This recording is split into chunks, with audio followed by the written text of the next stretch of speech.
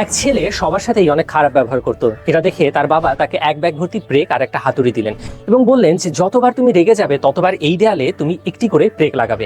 দেখা গেল প্রথম দিনেই তাকে 20টি ব্রেক দেয়ালে লাগাতে হলো। পরের কয়েক সপ্তাহে ছেলেটি তার রাগ কিছুটা নিয়ন্ত্রণ করতে পারলো। সে দেখলো যে দেয়ালে হাতুড়ি দিয়ে ব্রেক লাগানোর চাইতে নিজের মেজাজ নিয়ন্ত্রণ করা অনেক বেশি সহজ। এরপর একদিন ছেলেটি তার বাবাকে এসে বলল, বাবা আজ আমি একটিও ব্রেক দেয়ালে লাগাইনি। বাবা অনেক খুশি হলেন এবং তাকে বললেন যে এখন থেকে যেই দিন তুমি সম্পূর্ণ রাগ নিয়ন্ত্রণ করতে পারবে সেদিন একটি করে ব্রেক দেয়াল থেকে খুলে ফেলবে। এভাবে অনেকদিন চলে গেল এবং ছেলেটি শেষ পর্যন্ত পুরো দেয়ালের সকল ব্রেক খুলে ফেলতে পারলো। এবার বাবা তাকে দেয়ালের সামনে নিয়ে গেলেন এবং বললেন যে দেখো, দেয়াল থেকে সকল ব্রেক খুলে ফেলেছো ঠিকই, কিন্তু দেয়ালের ক্ষতগুলো তো এখনো রয়েই গেছে। আমাদের মানুষের মনও ঠিক ওই দেয়ালের মতো।